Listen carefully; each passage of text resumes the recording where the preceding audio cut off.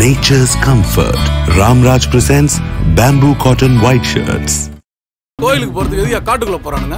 இந்த 7-8 குடும்பம் மட்டும்தான் வாழ்ந்தாலும் செத்தாலும் சரின்னு மலையில கடையா கடக்கானு. பூர்விகா அப்ளையன்சஸ் இப்போ பிரம்மாண்டமா OMR துறைப்பாக்கத்தில். ஒரு பாட்டு ஒன்று பாடினேன் கானா ஸ்டைலில் பாடினதுக்கப்புறம் என்ன பண்ணேன் ஆக்ஷன்லாம் பண்ணி அப்போ டான்ஸ் ஆடிலாம் பாடுவேன்னு தான் சொன்னாங்க. யார் யார் என்னென்ன பேசுகிறாங்களோ அவங்க வாயிலெல்லாம் என் பேர் வர்ற அளவுக்கு நான் நடந்துப்பேம்மா. என் பையன் வந்து ஹைதராபாத் வரைக்கும் ஃப்ளைட்டில் போயிட்டு வந்தான் அப்படின்னு பைக்கை விட்டுட்டு ஆட்டோ நிறுத்தி வந்து செல்ஃபி எடுத்துகிட்டு இவனுக்கு வந்து கை கொடுத்து பேசிட்டு என்ன நடக்குதுன்ற ஒரு மாதிரிலாம் பேசினாங்க. அதை எனக்கு ஓப்பனாக சொல்ல முடியல, ரொம்ப தப்பாலாம் பேசினாங்க. நான் வியாபாரம் பண்ணிட்டு வர சொல்ல தான் நானும் இவனை பார்த்தேன். இவன் மெக்கானிக் செட்டில் வேலை செஞ்சிட்ருக்குது. எனக்கு வந்து தமன் சார் பண்ணது வந்து அம்மாவுக்கு எங்களை ரொம்ப பெரிய விஷயம். அது எப்படி சொல்கிறதுன்னு எனக்கு தெரியல. நான் பாடிட்டு இருக்கும்போது தான் நினச்சேன்னா அவன் நம்ம சூப்பர் சிங்கரில் பாடிட்டு அம்மாவுக்கு இருக்கிற கடத்தெல்லாம் அடிச்சிடலாம் நினச்சிட்டு இருக்கும்போது எனக்கு ஆனால் உங்கள் மாரி அம்மா பேசினவங்க கிட்ட அப்படின்னு கேட்குறப்ப அம்மா ஓன்னு அழுதுட்டாங்க. மறுநாளே பாலனை வந்து நைட்டு கால் பண்ணார். மாதம் இதோட நான் உங்களுக்கு ஹெல்ப் பண்ணுறேம்மா, கவலைப்படாதீங்க. அண்ணன் வீடு பெரம்பூர் சாலைக்கிழமை அங்கேருந்து ஒரு 10 ரூபா அண்ணன் வீட்டுக்கு. என்கிட்ட அப்போ காசுலாம் இருக்காது. காசுலாம் இருக்கு நந்தே போயிடுவேன். நீங்கள் சமையல் வேலைக்கு போகும்போது தான் அம்மா வந்து அங்கேருந்து சாப்பாடு எடுத்துகிட்டு வருவாங்க. கேஜி ஏறி பாட்ட போனா மைக்கு அலறணும், கோகுல் பாடுற பாட்டை கேட்டு குழந்த வளரணும். ஓர கண்ணால என்ன ஓரம் கட்டுறா, ஜாத காட்டியே ரொம்ப வாட்டி வதக்கிறா. ஸோ இப்போ என் கூட யார் இருக்காங்கன்னா நம்மளோட சூப்பர் சிங்கர் கோகுல் அவர்கள் அண்ட் அவங்களோட அம்மா சங்கீதா. வணக்கம். வணக்கம். வணக்கம். எப்படி இருக்கீங்க கோகுல்? நீங்க எப்படி இருக்கீங்க? நல்லா இருக்கேன். அம்மா எப்படி இருக்கீங்க? நல்லா இருக்கோம்மா. ஸோ கலர்வேடி கோகுல் அப்படின்னு சொன்னாதான் எல்லாருக்குமே அவரை பத்தி தெரியுது. இந்த கானா பாட்டு பாடுறத எந்த வயசுல ஆரம்பிச்சாரு இவர்? 7th படிக்கிறப்பவே வீட்லயே ஆரம்பிச்சுட்டாங்க. அப்போ வீட்டில் பாடிக்கிட்டு இருப்பான், டிவியில் ஓடுறப்பெல்லாம் பாடுவான். சில டைம் நான் பாடுவேன், நான் பாடுறத பார்த்துட்டு கேட்டுட்டு இருப்பான். எனக்கு தெரியாதவே கானாக்கெல்லாம் போவான். எங்கன்னா கச்சேரிலாம் வச்சாங்கன்னா அங்கே போய் நின்று பார்த்துட்டு வந்து வீட்டில் பாடுவான். நான் திட்டிகிட்டு இருப்பேன், கானா பாட்டெலாம் பாடக்கூடாது அப்படின்னு, படிக்கிற வேலையை பாருனா. இவன் என்ன பண்ணுவான், எனக்கு பாட்டுனா ரொம்ப பிடிக்குதுமா, கானா சாங்னா ரொம்ப பிடிக்குது அப்படின்னு சொல்லுவான். சரின்னு சொல்லிட்டு இவன் சின்ன பையன் தானே, இவன் எங்கே அது ஏதோ பண்ண போகிறான் அப்படின்னு சொல்லிட்டு நான் அதை அப்படியே விட்டுட்டேன். அதுக்கப்புறம் கானா பாட்டு பாட பாட சரி எங்களுக்கும் கேட்க ஆசை. அப்புறமேட்டு இவனுக்கு கானா அந்த சரவடி சார் தம்பிக்கிட்ட போய் இவனை இன்ட்ரடியூஸ் பண்ணி சேர்த்து விட்டேன். கால் எடுப்பாரா என்னான்னு தெரியாமலே கால் பண்ணோம் நாங்கள். அதுக்கப்புறம் கால் அட்டன் பண்ணி பேசி நாங்கள் கேட்ட அன்னைக்கே போய் வந்து பார்க்க சொன்னார்னு சொல்லிட்டு நானும் தம்பியும் போய் பார்த்தோம், பேசணும். உடனே சேர்த்துக்கிட்டாங்க. ஆனால் அந்த தம்பி எதுவுமே கேட்கல. இவனை பாட சொன்னாப்புல தம்பியை, இவன் பாடனா பாடினோடனே நல்லா இருக்குமா, நான் பாட்டு சொல்லித்தரேன் கற்றுத்தரேன் அப்படின்ட்டு அந்த தம்பி தான் இவனை இவ்வளோ தொழுக்கு கூப்பிட்டுட்டு வந்தது.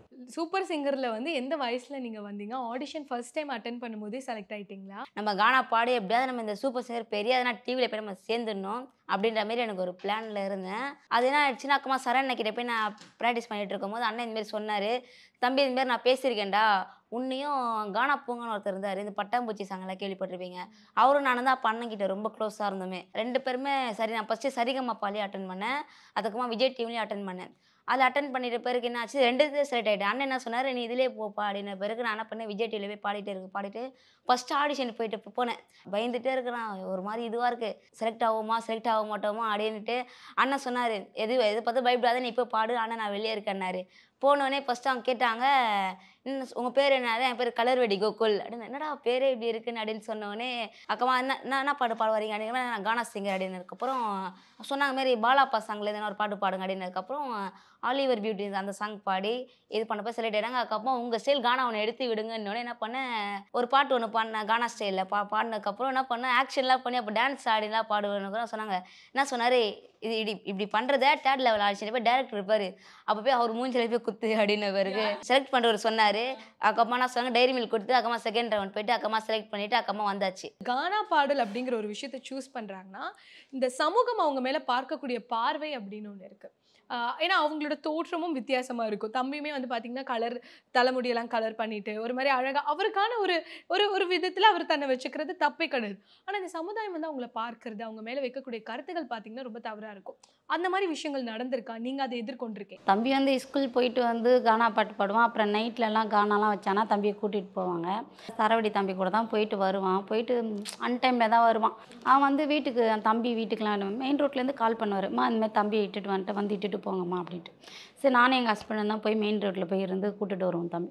அப்போ கூட்டிகிட்டு வர சொல்ல காலையில் ஏஞ்சி பார்க்குறப்ப அந்த ரோட்டில் எல்லாரும் பேசுவோம். நைட்டு எங்கேயோ போயிட்டு வந்தான், அவங்க அம்மா அவங்க அப்பா போய் கூட்டிகிட்டு வந்தாங்க, இப்போ ஸ்கூல் போகிறான், டெய்லி அதுமாரி தான் வராங்க அன் டைமில் அப்படின்னு சொல்லிட்டு நம்ம நடந்து போகிறப்ப பேசிப்பாங்க. படிக்கிறான், படிக்கிற வயசில் போய் கானாவில் கொண்டு போய் அவங்களே விட்றாங்க பாடுறதுக்கு.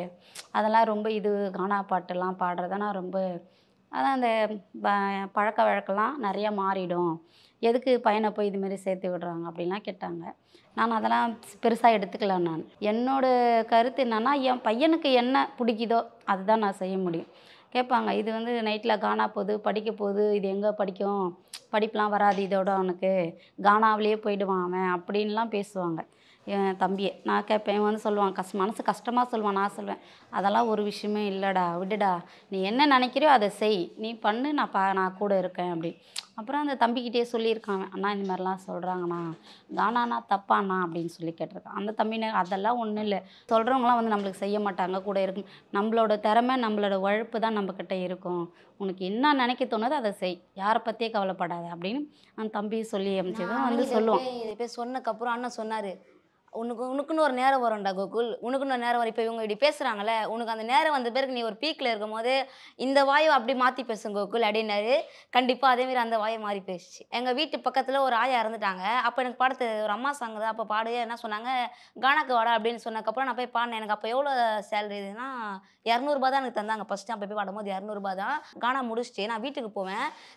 இந்த நாய் பயம் இருக்கும்ல சின்ன பையன் போகும்போது, ஆனால் கொஞ்சம் வீட்டுக்கு விட்டுருங்கண்ணா பயமாக இருக்கு அப்படின்னு பேருக்கு. சரி வாடான்னு ஒரு 5 அண்ணன் அங்கே போகும்போது, நான் இருக்கிறது ஏரியா வந்து வேசார்படி. என்ன பேசுவாங்கன்னா எல்லாம் அப்போ அந்த ஏரியாவே ரொம்ப மோசமான ஏரியான்னு தான் சொல்லுவேன். அங்கே தான் நாங்கள் இத்தனைக்கும் காலி பண்ணி இப்போ வேறு யாருக்கு வந்துட்டேன். என்ன சொல்கிறாங்கன்னா, அவங்க என்ன இவன் நைட் ஆனால் நிறைய பசங்களை வீட்டுக்கெல்லாம் இட்டுன்னு வரான், வீட்டாட இட்டுன்னு வந்து அவங்க விட்டு போகிறாங்க, என்ன நடக்குதுன்ற ஒரு மாதிரிலாம் பேசினாங்க. அதை எனக்கு ஓப்பனாக சொல்ல முடியல, ரொம்ப தப்பாலாம் பேசினாங்க.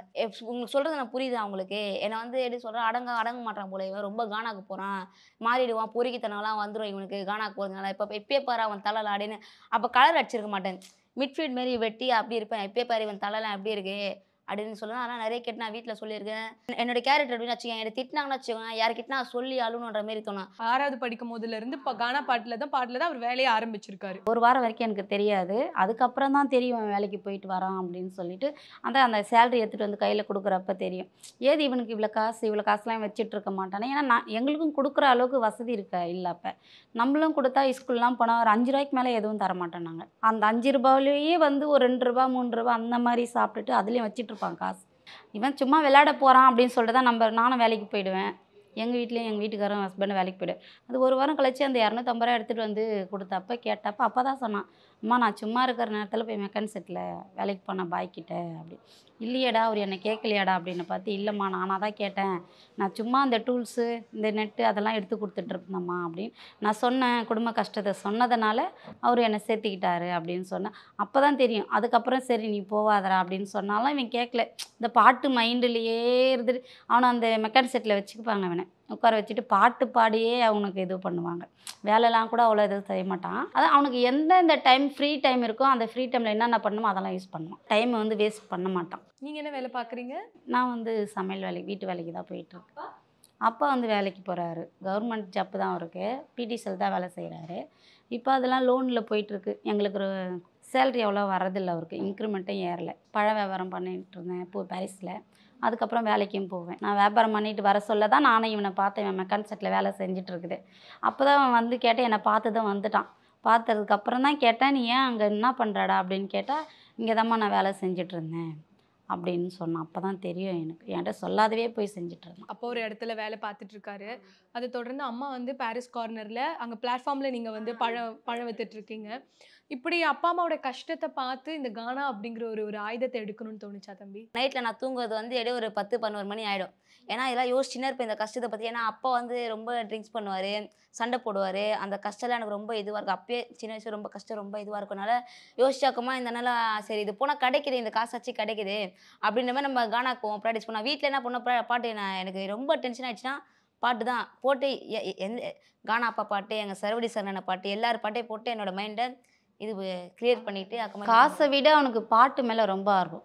அவனுக்கு பாட்டுனா ரொம்ப பிடிக்கும் அவனுக்கு. நிறையா அவனுக்கு வந்து ஹார்ட் ஒர்க்கு போடணுன்னா பாட்டில் தான் நிறைய போடுவான். ஆனால் சொல்லுவான், இந்த வெளியில் இருக்கிறவங்களாம் இந்த கானாவிலையுமே இப்படி போயிடுவான் அப்படின்னு. அவங்க எதிர்க்கெல்லாம் நான் பெரிய ஆளாகி காட்டுவேன். யார் யார் என்னென்ன பேசுகிறாங்களோ அவங்க வாயிலெல்லாம் என் பேர் வர்ற அளவுக்கு நான் நடந்துப்பேம்மா செய்வேன் அப்படின்னா, அதுக்கேற்ற மாதிரி இவன் அவங்க வாயிலெல்லாம் சொல்கிற அளவுக்கு வச்சுட்டான். சும்மா தானே இருக்கும். அந்த சும்மா இருக்கிற டைமுக்காச்சும் நம்ம போய் எதனா சம்பாரிச்சு எதனா வீட்டுக்கு கொடுப்போமே அப்படி போய் எனக்கு கானாவும் இன்ட்ரெஸ்ட் வந்துச்சு. அந்த ஃபஸ்ட்டே போய் நான் அந்த 200 சேலரி கொடுத்தாங்க. சேலரி கொடுத்ததுலேருந்து அப்படியே பாடினேன். அப்படியே பண்ணல சரவணா கிட்டே போய் அவர்கிட்ட கிளாஸ் சேர்ந்தேன். அவர் கிளாஸ் கிட்டே போய் அவர் ஒரு கானா கிட்டே போயிட்டு பிறகு அவர் எனக்கு ஒரு அவர் வந்து ஃபஸ்ட்டு 300 கொடுத்தாரு எனக்கு. அதே மாதிரி நாங்கள் இன்னொரு வீடியோ சூப்பர் சிங்கரில் பார்த்தோம். உன்னோட ஃபர்ஸ்ட் பேமெண்ட்னு சொல்லி தமன் சார் கொடுக்குறது. அது ரொம்ப சந்தோஷமாக நீங்கள் வாங்கிக்கிட்டீங்க. லைஃப்பில் மறக்க முடியாத மூமெண்ட் அது. எனக்கு தமன் சார் வந்து ரொம்ப பெரிய எனக்கு ஹெல்ப் பண்ணி கொடுத்தாரு. அந்த படத்துலேயும் பாட வச்சது இல்லாத எனக்கு நயன்தாரா மேம்னா எனக்கு ரொம்ப பிடிக்கும். எனக்கு கேட்டிருப்பேன் உங்களுக்கு யார் பிடிக்கும் அப்படின்னுக்கிறப்ப எனக்கு நயன்தாரா மேம் தான் ரொம்ப பிடிக்கும் அப்படின்னு சொல்லிருக்கு. அப்போ வந்து நயன்தாரா மேம் மூவி வந்து வந்திருக்கு போல். எனக்கு தமன் சார் அதில் பாட வச்சு ரொம்ப பெரிய விஷயம் எனக்கு. எனக்கு வந்து தமன் சார் பண்ணது வந்து அம்மாவுக்கு எங்களை ரொம்ப பெரிய விஷயம். அதை எப்படி சொல்கிறதுன்னு எனக்கு தெரியல. அது அன்னபூர்ணியில் வந்து லைஃப் இஸ் ஆன்னுட்டு நாங்கள் 4 பேர் சேர்ந்து சூப்பர் சிங்கர் கண்டஸ்டன்ட்டில் வந்து 4 பேர் நாங்கள் பாடியிருக்கோம். அஸ்வினி நேத்ரான்னு ஒருத்தவங்க பாடியிருக்காங்க. அதுக்கப்புறம் ஸ்ரீனிதான்னு ஒருத்தவங்க பாடியிருக்காங்க.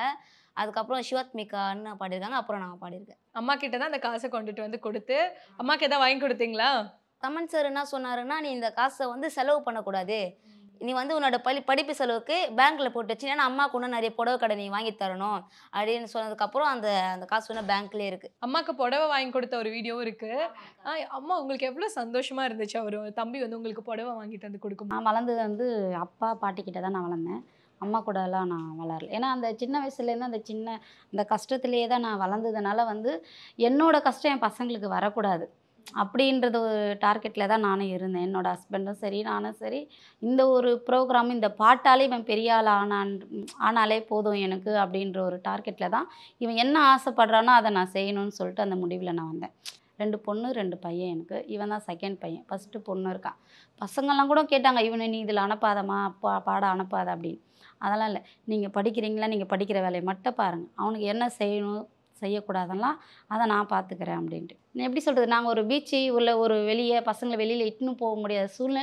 என் பையன் வந்து ஹைதராபாத் வரைக்கும் ஃப்ளைட்டில் போயிட்டு வந்தான் அப்படின்னு எங்கள் ஊரில் இருக்கிறவங்களும் சரி எங்களை சுற்றி இருக்கிறவங்களும் சரி அந்த மூமெண்ட்டை பார்த்துட்டு பேசுனதுல எனக்கு பெரிய சந்தோஷம் எனக்கு. ஏன்னா எங்கள் வீட்டில் யாருமே அந்த மாதிரி போனதெல்லாம் கிடையாது. இவ்வளோ விஷயங்கள் நடந்துச்சுல கோகுல், நீங்கள் சூப்பர் சிங்கர் சீசன் 9 அந்த டைமில் இருக்கும்போது அதுக்கப்புறம் லைஃப் எப்படி இருக்கு? நான் பாடிட்டு இருக்கும்போது தான் நினச்சேன்னா, நம்ம சூப்பர் சிங்கரில் பாடிட்டோம், பெரிய டெலிவிஷனில் நம்ம பாடிட்டோம், நம்மளுக்கு பெரிய பெரிய ஷோலாம் வரும், அம்மாவுக்கு இருக்கிற கடத்தெல்லாம் அடிச்சிடலாம் அப்படின்ற மாதிரி நினச்சிட்டு இருக்கும்போது எனக்கு இவங்க ரொம்ப சண்டை போடுறாங்க. எதுக்கு தான் சண்டை போடுறாங்கன்னு எனக்கு தெரியல. ரொம்ப கத்திட்டு இருக்காங்க. எதுக்கு தான் கத்திட்டு இருக்கீங்க? அப்புறம் வந்து பார்த்தா அழுதுட்டு இருக்காங்க. இவங்க எதுக்கு அழுகுறீங்கன்னு கேட்டால் இந்தமாரி ஹவுஸ் ஓனர் வந்து திட்டுறாங்க, ரொம்ப கடன் தொல்லையாக இருக்கிறதுனால இப்போ கடன் வந்து வீட்டில் வந்து கேட்குறாங்க, அதனால் அந்த ஹவுஸ் ஓனர் அவங்களுக்கு பிடிக்கலையா, நம்ம காலி பண்ண சொல்கிறாங்க அப்படின்னதுக்கப்புறம் இவங்க ரொம்ப அழுதாங்க. எங்கள் அம்மா அழுதா எனக்கு பிடிக்காது. எனக்கு எங்கள் அப்பா சண்டை போட்டாலும் எங்கள் அம்மா அழுவாதுன்னு தான் நான் சொல்லுவேனே. நான் முடியல அப்படின்னதுக்கப்புறம் நானும் யோசித்தேன், என்னடா நம்ம சூப்பர் சிங்கர்லேயே பாடிட்டோம், நம்மளுக்கு எதுவும் கிடைக்கல அப்படின்ற மாதிரி. அதுக்கப்புறமா லாரன்ஸ் மாஸ்டரும் பாலண்ணனும் ஹெல்ப் பண்ணிட்டு இருந்தாங்க அந்த டைமில். என்கிட்ட சொன்னாங்க, நீ உங்ககிட்ட ஹெல்ப் கேள்றா அப்படின்னதுக்கப்புறம் அண்ணனுக்கு வந்து பாலண்ணனுக்கு வந்து இன்ஸ்டாவில் நிறைய மெசேஜ் பண்ணால் அவர் ரிப்ளை எதுவும் பண்ணலை. அதுக்கப்புறம் என்ன ஆச்சுன்னா, விக்கி சிவானான்னு ஒருத்தர் இருக்கார். அவர் வந்து பாலண்ணனுக்கு வந்து ரொம்ப ஃபிட் அந்த அண்ணன். அவர் வந்து எனக்கு ஈவெண்ட்ஸே தெரியும், எனக்கு சூப்பர் சிங்கரில் எனக்கு ஈவெண்ட்லேயே தெரியும். அண்ணனுக்கு கால் பண்ணி, அம்மா இந்தமாரி அண்ணன் உங்கமாரி அம்மா பேசணும் உங்ககிட்ட அப்படின்னு கேட்குறப்ப அம்மா ஓன்னு அழுதுட்டாங்க. அம்மா அழுவாதம்மா அவர்கிட்ட அழுவாத சொல்லுமா அப்படின்னதுக்கப்புறம்ப்பா இந்த மாதிரிலாம் இருக்குது, சரிங்கம்மா நான் கண்டிப்பாக பாலா கிட்ட சொல்கிறேன் அப்படின்னு அண்ணன் சொன்னதுக்கப்புறம் அண்ணா ரொம்ப எனக்கு ஹெல்ப் மட்டும் பண்ணுங்கண்ணா, எனக்கு ரொம்ப கஷ்டமாக இருக்குண்ணா அப்படின்னதுக்கப்புறம் பாலா நான் மேனேஜர் நம்பர் அனுப்புனாரு. சரிங்க அண்ணா நான் பேசுகிறேன்னாட்டு பாலா நான் மேனேஜர் கால் பண்ணி பேசிட்டதுக்கப்புறம் அவர் வந்து காலும் எடுக்கலை. அவர்கிட்ட சொன்ன அதுமாரி எடுக்கலைண்ணா, அப்படியா தம்பி சரி நான் பேசிட்டு வரேன் அப்படின்னு சொன்னதுக்கப்புறம் மறுநாளே சூப்பர் சிங்கர் டைரக்டர் ரிச்சர்ட் அண்ணன் அவர் கால் பண்ணார். அவர் கால் பண்ணி நான் மெசேஜ் பண்ணேன் அண்ணனுக்கு, அண்ணா எப்படி இருக்கீங்க அண்ணா, நல்லா இருக்கீங்களா அப்படின்னு கேட்ட பிறகு அவர் கால் பண்ணார், தம்பி எப்படி இருக்க, வீட்டில் எல்லாம் ஓகேவா அப்படின்னதுக்கப்புறம் அண்ணா இல்லைண்ணா எனக்கு இவ்வளோ ரொம்ப கஷ்டமாக இருக்குண்ணா, எனக்கு நான் என்ன பண்ணுறதுனே தெரில, நானா இவ்வளோ சின்ன வயசுலேயே இருக்கேன், ஆனால் எனக்கு இவ்வளோ கஷ்டமாக இருக்குண்ணா, நான் சூப்பர் சிங்கரில் பாட வந்ததே எங்கள் வீட்டில் எல்லா கஷ்டத்தையும் போக்குறதுக்கு தானா, ஆனால் நான் பாடி முடிச்சுட்டு வந்ததுக்கப்புறம் எனக்கு அதோட டபுள் மடங்காக கஷ்டம் இருக்குண்ணா, நான் என்ன பண்ணுறதுன்னு தெரிலண்ணா, ஸோ வீட்டில் எவ்வளோ கடன் இருக்குது அப்படின்னு கேட்டதுக்கப்புறம் நான் அம்மா கிட்ட தரேன், அம்மாவுக்கு தானே தெரியும் அப்படின்னதுக்கப்புறம் அம்மா கிட்ட கொடுத்து அம்மா பேசினாங்க, அப்பா இவ்வளோ கடை இருக்குப்பா அப்படிங்களாம்மா, உங்களுக்கு 2 நாளில் ஒரு நல்ல செய்தி வரும் அப்படின்னதுக்கப்புறம் சொன்னார். மறுநாளே பாலா வந்து நைட்டு கால் பண்ணார். நைட்டு கால் பண்ணால் நான் நைட்டு தூங்கிட்டேன். சரி அம்மா அட்டன் பண்ணியிருக்காங்க. அம்மா இது மாதிரி பாலா பேசுகிறேன்னு சொன்னார். சொன்னேன்ப்பா நீங்களாப்பா சாரிப்பா நம்பர் வந்தது தெரியல, தம்பி தூங்கிட்டு இருக்கான், நான் தான் அதுக்கு தான்ப்பா போட்டேன், நான் தான் போட்டேன்ப்பா அப்படின்னேன். சரிம்மா நல்லா இருக்கீங்களா சாப்பிட்டீங்களான்னு கேட்டோன்னா எனக்கு ரொம்ப ஒரு சந்தோஷமாக இருந்துச்சு. தம்பி இந்த டைமில் அன்டைமில் கால் பண்ணி நம்ம ஒரு உதவின்னு கேட்டு நேற்று தான் கேட்டோம், இன்றைக்கி நைட்டே நம்மளுக்கு கால் பண்ணிட்டாரு. கொஞ்சம் வேலையாக இருந்தம்மா ஃப்ரீ ஆகிட்டு இப்போ உங்களுக்கு கால் பண்ணுறேன், என்ன பிரச்சனை சொல்லுங்கன்னு அப்புறம் தம்பிக்கிட்ட சொன்னேன். அந்த டைம்லேயே மணி 12 மணிக்கெலாம் எனக்கு வந்து 15,000 காசு போட்டு உங்களுக்கு மாதம் இதோட நான் உங்களுக்கு ஹெல்ப் பண்ணுறேம்மா, கவலைப்படாதீங்க, உங்களுக்கு வந்து ஒரு பிள்ளையா தம்பியா நான் இருக்கேன் உங்கள் கூட, நீங்கள் எதுக்கும் கவலைப்படாதீங்க, தம்பியை வந்து ஒரு நல்ல ஒரு பெரிய ஆளாக ஆகட்டும், நான் பார்த்துக்கிறேன் அப்படின்னு சொல்லி எனக்கு ஹெல்ப் பண்ணிகிட்டு இருந்தார். அப்புறம் வந்து பாலாண்ணா வந்து பேசிட்டதுக்கப்புறம் அண்ணனுக்கு நான் கால் பண்ண, அண்ணன் எடுக்கலை. அண்ணன் அதுக்கப்புறம் வந்து வாய்ஸ் ரெக்கார்ட் போட்டார். சொல்லும் அண்ணன் இதுமாரி ஷூட்டிங்கில் இருக்கேன், உனக்கு கால் அடிக்கிறேன் கண்ணா அப்படின்னதுக்கப்புறம் அண்ணன் வாய்ஸ் ரெக்கார்ட் போட்டார். 7 o'clock அண்ணனுக்கு நான் கால் பண்ணதுக்கப்புறம் அண்ணன் எடுத்தார். கண்ணா எப்படி இருக்கேன், நல்லா இருக்கேன் அப்படின்னதுக்கப்புறம் அண்ணா நல்லா இருக்கேன் அண்ணா, நீங்கள் பண்ணது ரொம்ப பெரிய உதவி அண்ணா, நீங்கள் உங்ககிட்ட பேசணும்னு நினச்சே பார்க்கல அண்ணா அப்படின்னதுக்கப்புறம் இல்லைக்கண்ணா வீடு பார்த்துக்கலாம் அண்ணன் தானே வீடு அப்படின்னதுக்கப்புறம் அண்ணன் நிறைய பேசிட்டாரு. ஒரு சூப்பர் சிங்கர் அப்படிங்கிறது கண்டிப்பாக ஒரு வாழ்க்கையில் உங்களுக்கு வந்து ஓரளவுக்கு ஒரு உயரத்தை கொடுக்கும், ஆப்பர்ச்சுனிட்டி வாய்ப்புகள் தேடி வரும்னு நினச்சிருப்பீங்களே, அதுக்கப்புறம் எந்த வாய்ப்புமே வரலக்கா. எனக்கு ஒரு மூவி சான்ஸ் ஒன்று வந்துடுச்சு. அது வந்து காக்கா மூட்டு 2 மாரி கதைன்னு சொன்னாங்க. சரி வந்து எடுத்து வீடியோ வரைக்கும் வந்து டைரக்டர் எல்லாமே பேசினாங்க, கதைலாம் எல்லாமே சொன்னாங்க. அவங்க கதை சொல்லி போன வருஷம் பொங்கலுக்கு சொன்னாங்க, இந்த வருஷம் பொங்கலே வரப்போகுது. ஆனால் இவங்க அண்ணன் கால் பண்ணல, எதுவும் சொல்ல. நான் கால் பண்ணாலும் கண்ணா உனக்கு கால் அடிக்கிறேன்றாங்க, தவிர மற்றபடி கால் பண்ண மாட்டேன். இப்போ சூப்பர் சிங்கர் முடிஞ்சிருச்சுல்லப்பா, இதுக்கப்புறம் உங்களுக்கான வருமானத்தை நீங்கள் எப்படி வந்து உங்களுக்கான வழியை உண்டு பண்ணிக்கிட்டீங்க? இன்னும் கானா பாடல்கள் வெளியில் போய் பாடுறது அந்த மாதிரி இருக்கீங்க? ஆமாங்கக்கா, நான் வந்து எனக்கு வாய்ப்பு கிடைச்சா போதுன்ற மாரி தான் நான் பார்ப்பேன். அப்போ 200 வாங்கினேன். இப்போது எக்ஸாம்பிள் சொன்னேன்னா ஒரு 2000 3000 தருவாங்க. சூப்பர் சிங்கர் இப்போ ரீசெண்டாக ஷோ நடந்துச்சு. அங்கே இருக்க அண்ணன் நிற்கல, அண்ணன் ஷோ தான் சொல்லுங்கள் அண்ணன், எனக்கு எதுவும் கிடைக்கல அப்படின்ற பிறகு ஒரு அண்ணன் சொன்னார், விஷ்ணு சரண்ன்ற ஒரு அண்ணா சொன்னார், தம்பி நீ வந்து வாய்ப்பு கிடைக்கிறது மட்டும் விட்டுறாத, எவ்வளோ பேமெண்ட்டு அதான் நீ பார்க்காத, வாய்ப்பு கிடைச்சா வாய்ப்பு போ அப்படின்னு சொன்னார். சரிங்கண்ணா நான் போயிட்டு தான் இருக்கேன் அப்படின்னு. ஆனால் வந்து இந்த இதுக்குலாம் நீ போகாத, ரொம்ப கம்மியெல்லாம் போகாத, நீ 10K மேலே நீ போகாத அப்படின்னு சொன்னார் அண்ணன். வீட்டுக்கார் வந்து இன்னும் அந்த ஒரு பொறுப்பு எடுத்துக்கல, நீங்கள் தான் வந்து சமையல் வேலைக்கு போய் குடும்பத்தை ரன் பண்ணுறீங்கன்னும் போது இவ்வளோ பொறுப்புள்ள ஒரு பையனை பார்க்கும்போது எப்படி இருக்கும் உங்களுக்கு? பார்க்குறவங்கலாம் சொல்லுவாங்க, பையன் இந்த மாதிரி பையன் உங்களுக்கு கிடைச்சது பெரிய விஷயம், ரொம்ப சந்தோஷம் எங்களும் உங்கள் பையனை பார்க்குறப்பெல்லாம் அப்படின்னு ரொம்ப சந்தோஷமாக இருக்கு. ஆனால் அவனுக்கு உண்டான அந்த வாய்ப்பு தான் இன்னும் கிடைச்சா அதை கண்டிப்பாக அதை நிறைவேற்றுவான் அவன் சொன்னதை. கிளம்பி ஒரு இடத்துக்கு போகிற தனியாக தானே போவேன், அம்மா வீட்டில் இருப்பாங்க, எவ்வளோ கஷ்டமாக இருக்கும் தனியாக நீங்கள் மட்டும் ட்ராவல் பண்ணுறது. அங்கெல்லாம் மக்கள் எப்படி உனக்கு தேவையான எல்லாம் பண்ணுவாங்களா, சாப்பாடு எல்லாம் நேரத்துக்கு கொடுப்பாங்களா? ஒரு வாட்டி சரியான மழை, எங்கள் பெங்களூர் ப்ரோக்ராம் நான் போயிட்டு சரியான மழை மாட்டிக்கிட்டேன். ட்ரெயினும் நான் வந்து 10 o'clock வந்து ப்ரோக்ராம் முடியுது, எனக்கு 11:30க்கு வந்து ட்ரெயின். நான் வந்து ரொம்ப ஃபேன்ஸ்லாம் சொல்கிறாங்க, அப்பா நீ எப்படிப்பா போவேன், நாங்கள் வேணால் கொஞ்ச நேரம் வெயிட் பண்ணுங்க, நான் உங்களுக்கு கார் அரேஞ்ச் பண்ணுறேன், நீங்கள் கொஞ்ச நேரம் நம்ம வீட்டிலேருந்து இருங்க அப்படின்லாம் சொன்னாங்க. இல்லைங்கம்மா நான் எப்படியாவது போயிடுறேன், நீங்கள் ஏதோ நினச்சிக்காதீங்க அப்படின்னு. பா என்னப்பா என் பையனாக தான் நான் பார்த்துக்க மாட்டேனாப்பா, வாப்பா என் வீட்டுக்குப்பா வாப்பா அப்படின்னதுக்கப்புறம் அவங்க வீட்டுக்கு இட்டுன்னு போயிட்டு தண்ணி எல்லாமே சாப்பாடுலாம் வச்சு சாப்பிட்டு அக்கமா அவங்களே கார் அரேஞ்ச் பண்ணிவிட்டு என்னை இட்டுன்னு போயிட்டு ட்ரெயின் ஏற்றி விட்டு பக்குவமாக அனுப்பி விட்டாங்க. எனக்கு என்னன்னு தெரியல, உன்னை பார்த்துன்னு எதனா செய்யணும்னு எனக்கு தோணுச்சு. அதனால தான் நான் போய் உடனே கடைக்கு போயிட்டு அம்மாவுக்கு ஒரு புடவை ஒன்று ப்ளூ கலர் ஒரு புடவை எடுத்து வாங்கி கொடுத்தாங்க. இது நீ போயிட்டு உங்கள் அம்மா கிட்டே நீ தரணும், நான் உனக்கு ஒன்னார அம்மாவா நான் உனக்கு இது தரேன் அப்படின்ற மாதிரி அவங்க கொடுத்தாங்க. அம்மா ரொம்ப தேங்க்யூம்மான்ட்டு அவங்க காலில் விழுந்து ஒரு ஆசீர்வாதம் வாங்கிட்டு அப்படியே அம்மாவுக்கு எடுத்து வந்து கொடுத்துட்டு, அம்மா யார் அப்படின்னு கேட்டப்பறம் நான் அவங்களுக்கு கால் பண்ணி கொடுத்து அம்மா பேசினாங்க. நான் நிறைய டைம் வெளியில் போகிறப்பெல்லாம் நாங்கள் 2 பேரும் ஒரு பாட்டு ரெக்கார்டிங் போயிட்டுருக்கோம், கோயம்பேட்டுக்கு போயிட்டுருக்கோம். பைக்கில் நின்றுட்டுருக்காங்க, டிராஃபிக்கில் நின்றுட்டுருக்கிறப்ப தம்பியை பார்த்துட்டு கலர்வடி கோகுல் பாரு அப்படின்னு சொல்லிட்டு பைக்கை விட்டுட்டு ஆட்டோ நிறுத்தி வந்து செல்ஃபி எடுத்துகிட்டு இவனுக்கு வந்து கை கொடுத்து பேசிட்டு, இப்போ இங்கே டிராஃபிக்கில் எந்த கடையும் இல்லைன்னு சொல்லிட்டு இவன் கையில் காசு கொடுத்துட்டு இவனை பார்த்துட்டு போனாங்க. அதெல்லாம் பார்க்குறப்ப ரொம்ப பெருமையாக இருக்குது. இப்போ நான் சாலிகிராமத்தில் இருக்கேன், அண்ணன் கிட்டே போகும்போது வெசரப்படியில் இருந்தேன். அண்ணன் வீடு பெரம்பூர், சாலிகிராமம், அங்கேருந்து 10 ரூபா அண்ணன் வீட்டுக்கு.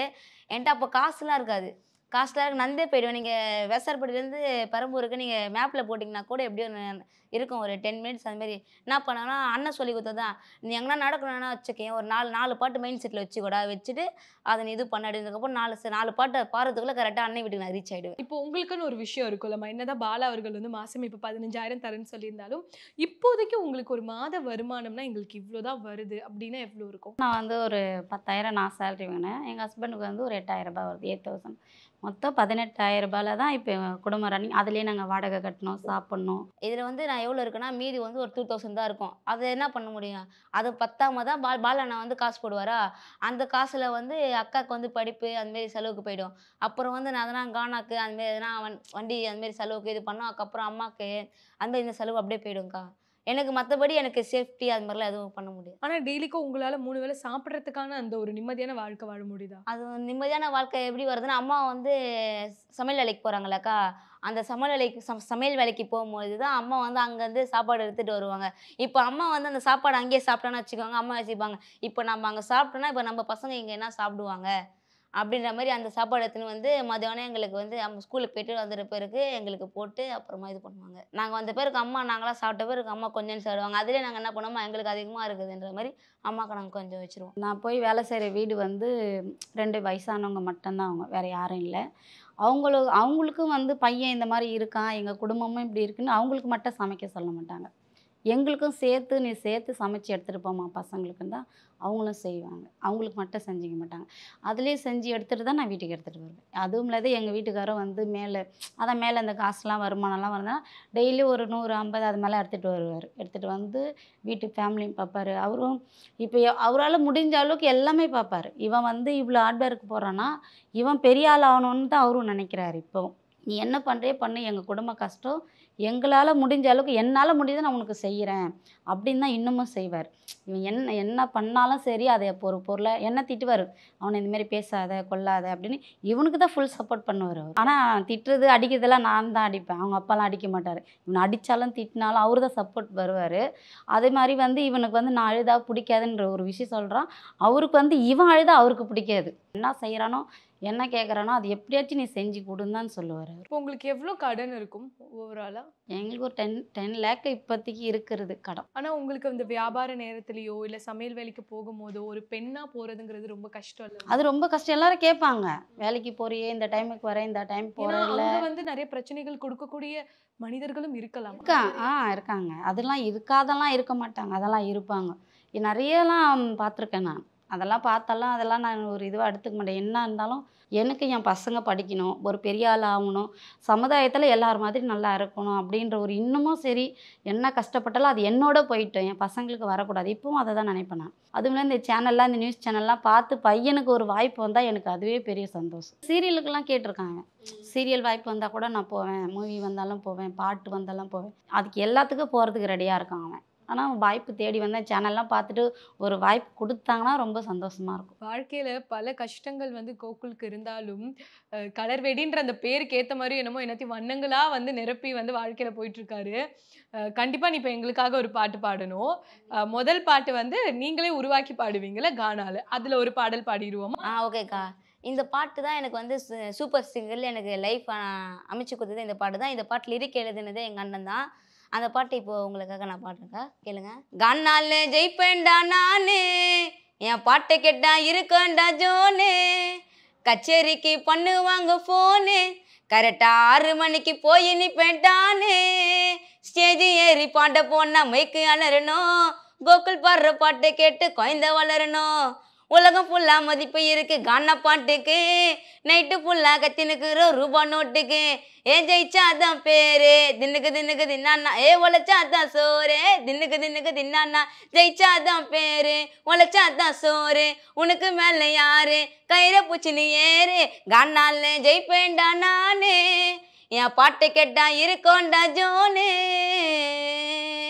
நீங்களும் பாடுவீங்களா? வீட்டில் சும்மா டிவி போடுறப்ப பாடிட்டு இருப்பேன். அப்படியே எங்களுக்காக ஒரு 2 லைன் கலர் வெடி கோகுல் அம்மா பாடினா எப்படி இருக்கும்? சூப்பரா இருக்கும்ல.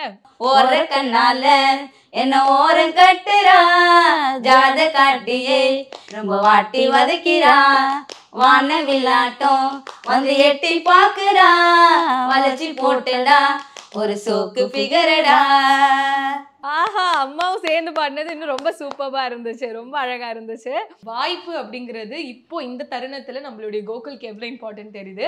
இதே மாதிரி கோகுல் வந்து கண்டிப்பாக அவர் ஆசைப்படுற மாதிரி ஒரு சிறந்த கலர்வேடி கோகுல் கானா பாடகராக வர நான் மனசார வாழ்த்து. தேங்க்யூக்கா, ரொம்ப தேங்க்ஸ். எனக்கு வந்து என்ன ஆசைனா ஒரே ஒரு ஆசைக்கா, எனக்கு வந்து பெரிய ஹீரோனி வேணும்னா அது நயன்தாரா மேம் படத்தில் எனக்கு ரொம்ப நடிச்சாகணும்னு எனக்கு ரொம்ப ஆசை. அப்புறம் வந்து பாலாண்ணன் கூடயோ நடிக்கணும்னு எனக்கு ரொம்ப ஆசைக்கா. அப்புறம் வந்து இப்போ வந்து சரவடி சரவணன்ற வந்து இப்போ அண்ணன் வந்து என்கிட்ட பேசுறது இல்லை. அதனால இப்போ அண்ணனை வந்து நான் ரொம்ப மிஸ் பண்ணுறேக்கா. அண்ணன் வந்து இந்த வீடியோ பார்த்து வச்சு அண்ணன் வந்து பேசினா எனக்கு ரொம்ப சந்தோஷமா. கவலைப்படாதீங்க கோகுல், நீங்கள் நினைக்கிற ஆசை எல்லாமே நடக்கும். அவரும் பேசுவார். ஆனால் நீங்கள் இப்போ தனிச்சியாக இந்த நேரத்தில் வந்து ரொம்ப ஸ்ட்ராங்காக இருக்கணும். சரியா? யார் என்ன சொன்னாலும் எதுவும் கவலைப்படாதீங்க. நீங்கள் மாட்டுக்கு முன்னாடி போயிட்டே இருங்க. ஓகே, தேங்க்யூக்கா. ஓகேக்கா, thank you. Nature's comfort. Ramraj presents bamboo cotton white shirts. மனுஷங்க மிருகமா வாழ்ற இந்த சமூகத்துல நீயும் நானும் போராடி தான் வாழ்ந்தாகணும். பூர்விகா அப்ளையன்சஸ் இப்போ பிரம்மாண்டமா OMR துறைப்பாக்கத்தில்.